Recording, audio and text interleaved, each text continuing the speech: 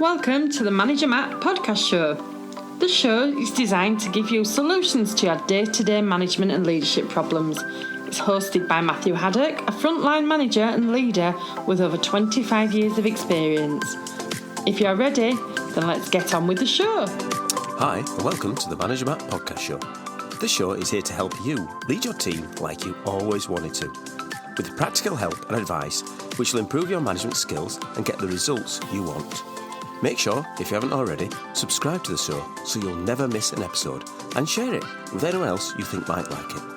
Also, please rate the show wherever you get your podcast so more people can find it. Well, without any more delay, let's get on with this week's show. I've had a great question this week from a listener, Larissa. In fact, Larissa has done the new artwork for the show. It looks brilliant, doesn't it? So thank you, Larissa, for that. She also wanted me to ask a question, or answer a question even, that she'd been thinking about when it comes to management and leadership. The question is, what things you know now that you'd wished someone had told you when you started a people management? What an absolutely brilliant question. It's a great question because it starts to make you think about all the stuff you've been talking about over the last 2 years as a manager and how that applies into working life.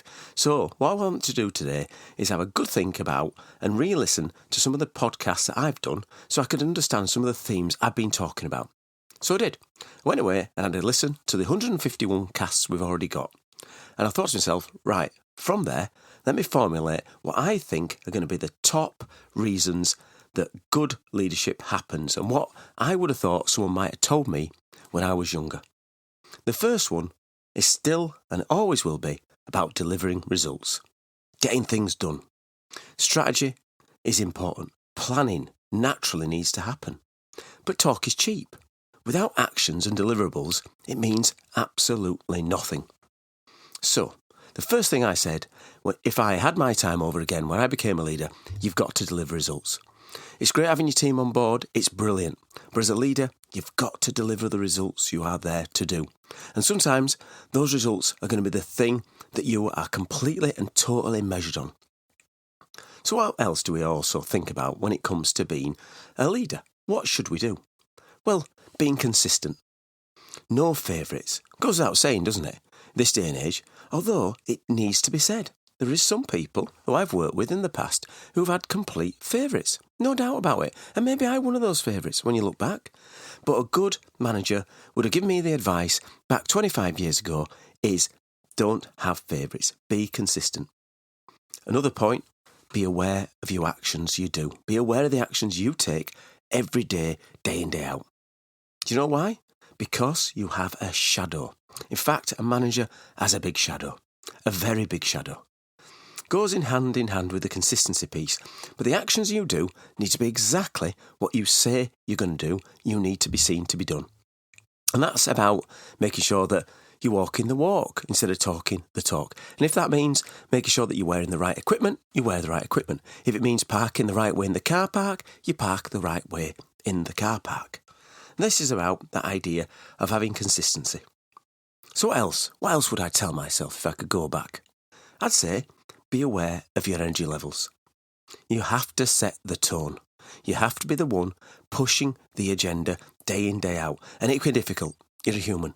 Sometimes you just don't feel like it, but you've got to. You're the leader. You've got to beat the drum. I think a book I read some time back, they said the leaders need to be like the Energizer bunny, banging the drum all the time, driving. If you can't do it, how do you expect your teams to do it? Another point. Don't make it a popularity contest. I know, the majority of humans want to be popular. We crave the idea of being popular. You know, and managers are human. Oh, just about. But don't make it a popularity contest. You cannot please everyone. You can't please everyone all the time. Some points, you're going to have to make decisions that people don't like or don't see as being popular. How many times as a leader are you going to have to finish someone? You're going to have to let that person go. Or even more, you have to make a department redundant or even close a factory. If you're working on a popularity contest, you're never going to do it. You'll never get on with it because there's too much of it thinking someone's going to think I'm not a nice person. You are a nice person, but back to my first point, you have to deliver the results. So don't worry about the popularity. Of course, Don't go to work and be a pain. Don't be awkward just to be awkward. You've got a process to go through, but make sure that you're not about popularities. When it comes to the end of year reviews, when it comes to the voice surveys or the we care about what you're saying surveys, there is going to be people who are not going to like the way you say things, they're not going to like the process you follow. That just goes with the territory. So don't make it a popularity contest. But of course this leads on to show you are a person. You're a manager, you're human. So make sure that you can be a human, be around people, not just be a mechanical. They don't want an algorithm, they want a person leading. People follow people. So if you're a human, they'll make it more followable. You've got to be a person that people want to follow and lead. And your personality will come out as a leader.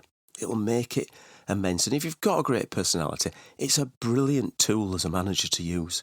Surprising how many people, when you get to them and talk to them one-to-one, especially if they don't know you that well, they'll go, I didn't realise you knew that. I didn't realise you were such a nice person to be around. So, of course, it's not a popularity contest, but you can be a person.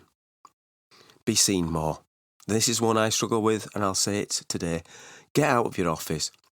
I know it's difficult in the modern era, but get out, see people, make sure they know you're there, because that makes a massive difference to people. When you get to know people, as I said before, people work for people. So try to get out as a leader.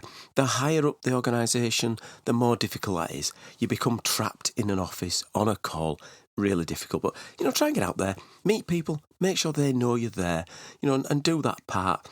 If you have to diarise it, then diarise it. If not, be more natural. And even sometimes, get into the canteen, mixing with people.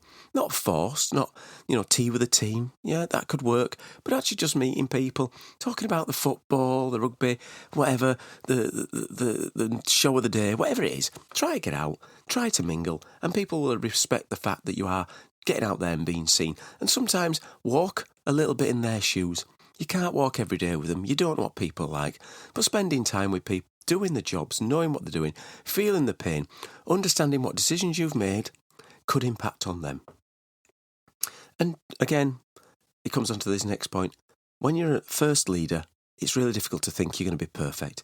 But don't worry about making mistakes. You're not perfect, and you're never going to be perfect. So you will learn from your mistakes. You can learn so much from books. You can learn so much from TED Talks. You can learn so much from podcasts. Lots from podcasts, so please keep downloading. But doing and making mistakes is part of it. I've said before, if managers would never make mistakes, managers have never done anything. I make mistakes even today. But sometimes it's making sure that I know I'll never be perfect, but as long as I've used the data I have at the time to make the call, and make the call I think is right, delivering the results, then I can sleep at night that I've done my best. Check your ego. Be open to learning. So don't think that you have to be the best. You are up the organisation for a reason. You have skills. They've seen talent. They want you to be great. But check your ego. Don't be arrogant. I do hate arrogant leaders. The people who think, that this person should be getting them a cup of tea at this time in the morning. Thankfully, that's changed massively. There's not a lot that I've seen now. Most people talk to people normal. They use the first names. I mean, back in the day when I started, it was Mr. This and Mr. That, and they had their own canteens and their own people. A lot of that's changed, thankfully. We're in a lot better position. And I suppose with that idea of open to learn and making mistakes and checking your ego, it's also making sure that you make the calls you have to be. Don't be hiding in the corner. Make the calls that you're expected to and be accountable for them. They said you can abdicate responsibilities. You can give responsibilities to others, but you cannot and you should not be able to get rid of accountability. So, just to recap, first thing I would tell myself if I had a time machine is you need to deliver results. Whatever those are, deliver results. I tell myself, be consistent. Don't have favourites. I tell him, beware of your actions. Whatever you're doing, people are going to see and people are going to remember. It's amazing how much memory these people have when it comes to especially if you've dropped the ball, you will definitely hear it. Be aware of your energy levels. Try to keep those up. Be honest. That's the best way. As honest as you can with people. Don't make it a popularity contest. It's not about that. Show people that you are a person, you're a human. Get out, mingle, meet. Don't worry about making mistakes.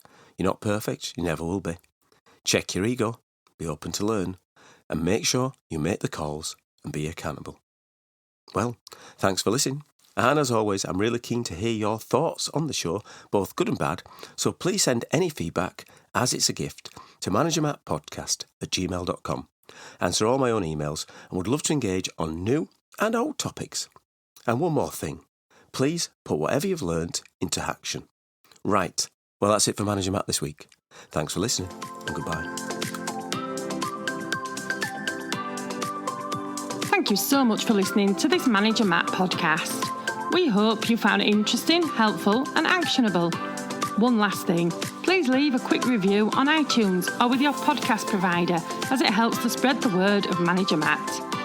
If you haven't already done so, please subscribe to the podcast, and if you did like anything in particular, send an email to managermattpodcast@gmail.com or visit managermatt.co.uk for more content.